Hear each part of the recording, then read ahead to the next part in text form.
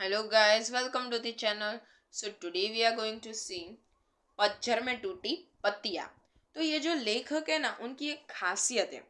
ये लेखक का नाम है रविंद्र केलेकर। उनकी एक खासियत है कि वो छोटे में बड़ा समझा देते हैं, हमको बड़ी सीख दे देते हैं। ठीक है। दो टॉपिक है इसमें, फर्स्ट है गिन्नी का सोना और दूसरा है चैन की दिन। दोनों बहुत अच्छा है। ठीक है, हम पढ़ते हैं। फर्स्ट, गिन्नी का सोना। शुद्ध सोना अलग है और गिन्नी का सोना अलग। गिन्नी के सोने में थोड़ा सा तांबा मिलाया हुआ होता है, इसलिए वह ज्यादा चमकता है और शुद्ध सोने से मजबूत भी होता है। औरतें अक्सर इसी सोने के गहने बनवा लेती है। फिर भी होता है वह कि वह है गिन्नी का ही सोना। शुद्ध आदर्श भी शुद्ध सोने के जैसे ही होते हैं। चंद लोग उनमें व्यवहारिकता का थोड़ा सा तांबा मिला देते हैं और चलाकर दिखाते हैं। तब हम लोग उन्हें प्रैक्टिकल आइडियलिस्ट कहकर उनका बखान करते हैं। पर बात न भूले कि बखान आदर्श का नहीं होता बल्कि व्यवहारिकता का होता है।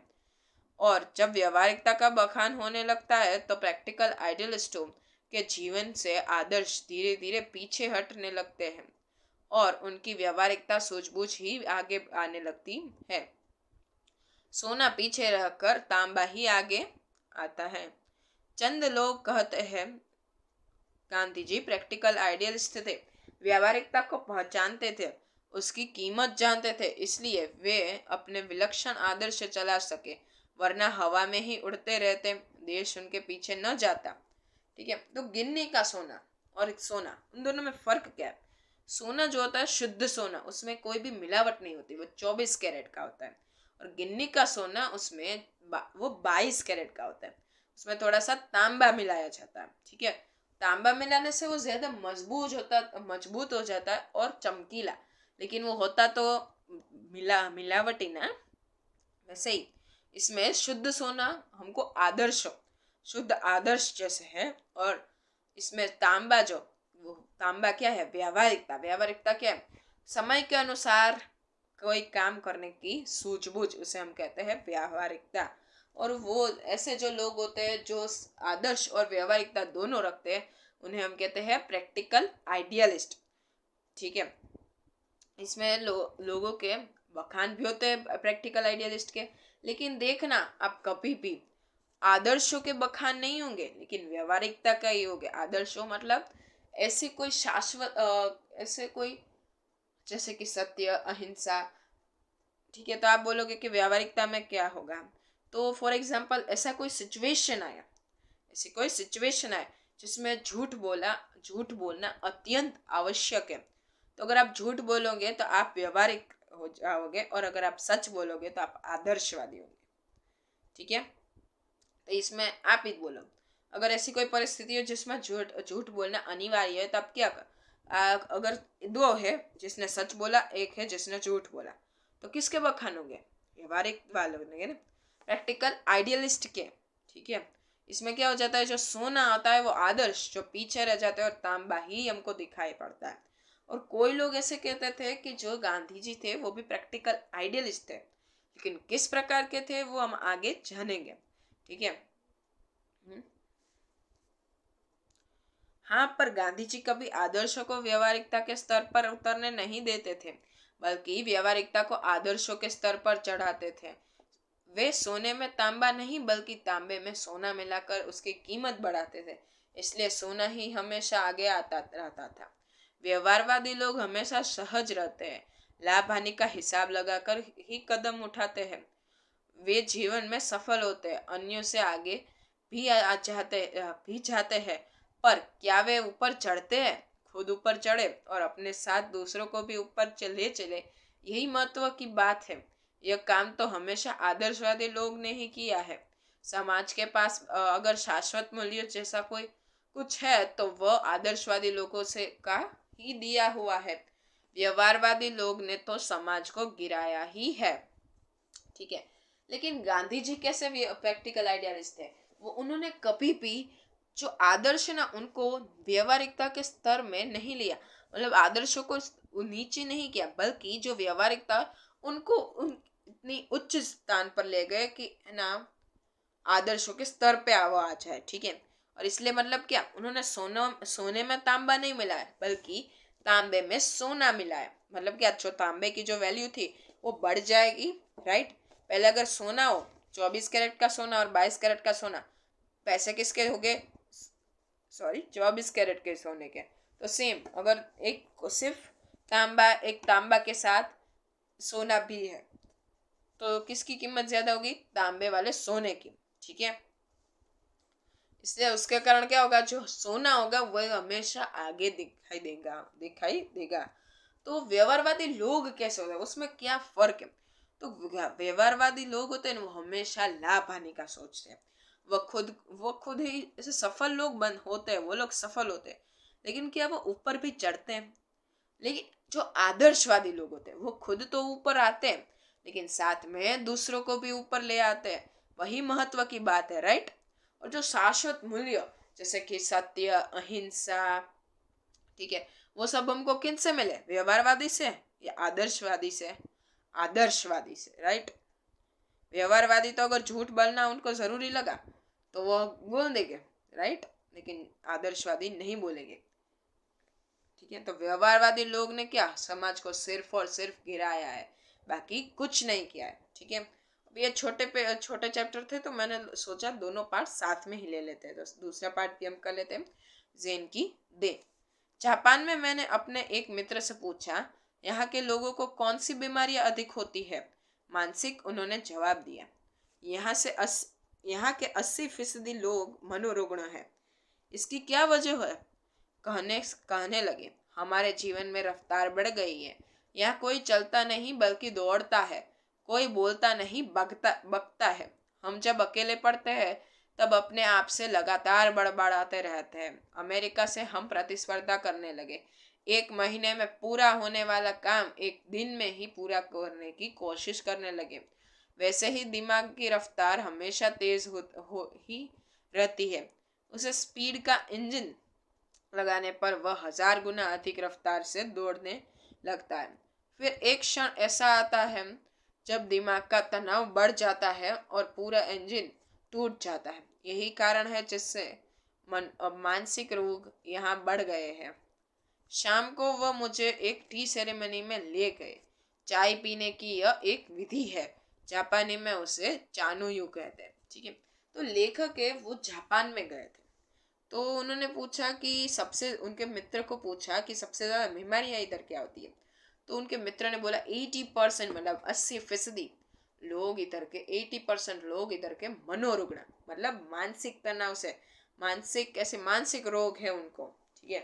तो लेखक ने उसका कारण पूछा, तो उन्होंने क्या कारण बताया कि यहाँ के जो लोग हैं ना, वो लोग उनकी जो रफ्तार जीने की वो बहुत बढ़ गई है। वो लोग चलते नहीं, दौड़ते, बोलते नहीं, बकते हैं, ठीक है।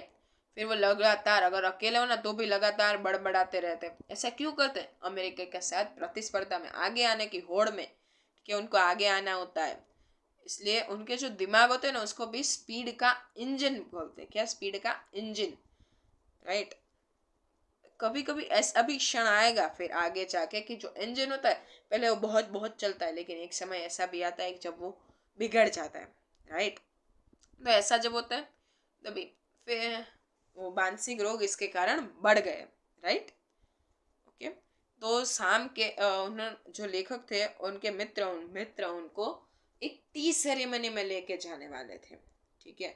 ये एक चाय पीने की विधि है, एक चाय उसे क्या कहते हैं, चानो यू। आगे हम पढ़ते हैं, वह एक 6 मंजिली इमारत थी, जिसकी छत पर दफ्ती की दीवारें और तातामी की जमीन वाली एक सुंदर पर्णकुटी थी। बाहर बेठप सा एक मिट्टी का बर्तन था, उसमें पानी भरा हुआ था। हमने अपने हाथ पांव इस पानी में धोए, तौलिए से पोंछे और अंदर गए। अंदर जाजीन बैठा था, हमें देखकर वहां खड़ा हुआ। कमर झुकाकर उसने प्रणाम किया। दोस्तों आइए, तशरीफ लाइए, कहकर स्वागत किया। बैठने की जगह हमें दिखाई, अंगीठी सुलगाई, उस पर चायदानी रखी। बगल के कमरे में जाकर कुछ बर्तन ले आया, तौलिए से बर्तन साफ किए।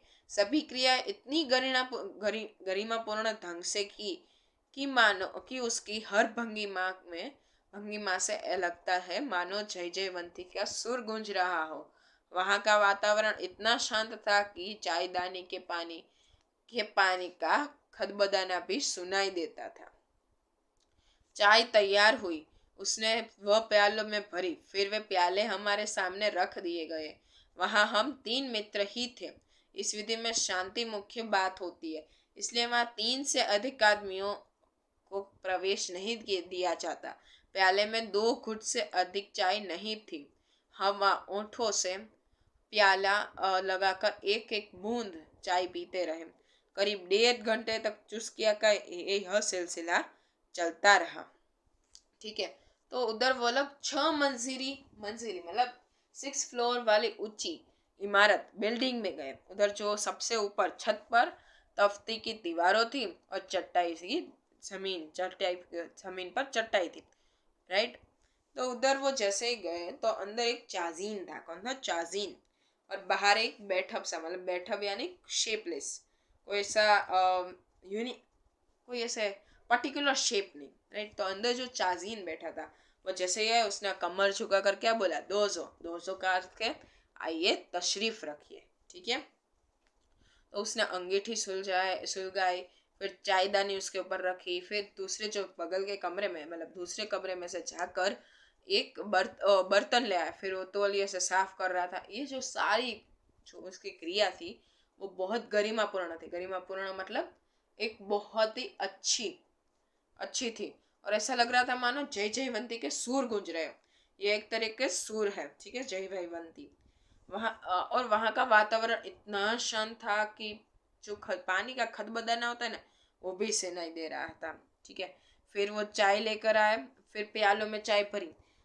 3 घुट से ज्यादा नहीं, वो जो प्याले में थे ना, वो दो घुट से अधिक नहीं होगी। ठीक है, और उधर एक एक बूंद पानी पीते थे। कितने लोग गए थे? तीन लोग गए थे, लेखक और उनके मित्र। ठीक है, और उधर अधिक जाने की परमिशन भी नहीं थी, क्योंकि सबसे मुख्य बात क्या होती है? शांति। राइट, शांति होती है। आगे हम बढ़ते हैं। पहले 10-15 मिनट तो मैं उलझन में पड़ा।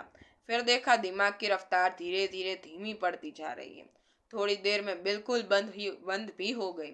मुझे लगा मानो अनंत काल में मैं जी रहा हूँ।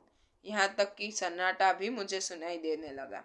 अक्सर हम या तो गुजरे हुए दिनों की खट्टी मीठी यादों में उलझे रहते हैं, या भविष्य के रंगीन सपने देखते रहते हैं। हम या तो भूतकाल में रहते हैं या भविष्य काल में। असल में दोनों काल मिथ्या है। एक चला गया है, दूसरा आया नहीं है। हमारे सामने जो वर्तमान क्षण है वही सत्य है, उसी में जीना चाहिए। चाय पीते पीते उस दिन मेरे दिमाग में भूत और भविष्य दोनों काल उड़ गए थे। केवल वर्तमान क्षण सामने था, और वह अनंत काल जितना विस्तृत था। जीना किसे कहते हैं उस दिन मालूम हुआ। जैन परंपरा की यह बड़ी देन मिली है जापानियों को। ठीक है, तो पहले 10-15 मिनट तो क्या 1.5 घंटे तक ये चलता रहता है। ठीक है, जो एक एक बूंद पानी पीते हैं, 2 घट। ठीक है, 10-15 मिनट तो लेखक ना उलझे ही रहे, क्या करूं मैं अभी, क्या ये। लेकिन फिर धीरे धीरे क्या हुआ, वो उनके जो दिमाग वो धीरे धीरे धीरा पड़ता गया, और उनको लगने लगा कि वो अनंत काल में है। अनंत काल मतलब जैसा अंत ना हो ऐसे काल में। और जो सन्नाटा था वो भी उन्हें सुनाई देने लगा। हम लोग क्या करते हैं, या तो हम लोग जो पास्ट में हुआ है या फ्यूचर में होना है उसके बारे में ही सोचते रहते हैं। जो पास्ट है वो बीत गया, उसे बदल सकते नहीं, और भविष्य अभी तक आया ही नहीं है। ठीक है, उसके बारे में हम कैसे सोच सकते हैं? तो सच्चा क्या है? ये दोनों चीजें तो मिथ्या है। मिथ्या मतलब सच्ची नहीं है। तो सच्चा क्या है? वर्तमान। और वर्तमान अनंत काल जितना बड़ा है, विस्तृत है। ठीक है, और उन लेखक को जीना, सही मायने में जीना उस दिन पता चला, या मालूम हुआ। ठीक है, तो ये जैन परंपरा जो है, उन्होंने है ना ऐसी प्रक्रिया करते थे जैन परंपरा, और वही उन लोगों की सबसे बड़ी देन है जापानियों को। ठीक है, हाँ, तो हमारा चैप्टर इधर खत्म होता है। अगर कोई भी डाउट हो तो यू कैन कमेंट में below. Do not forget to like share and subscribe.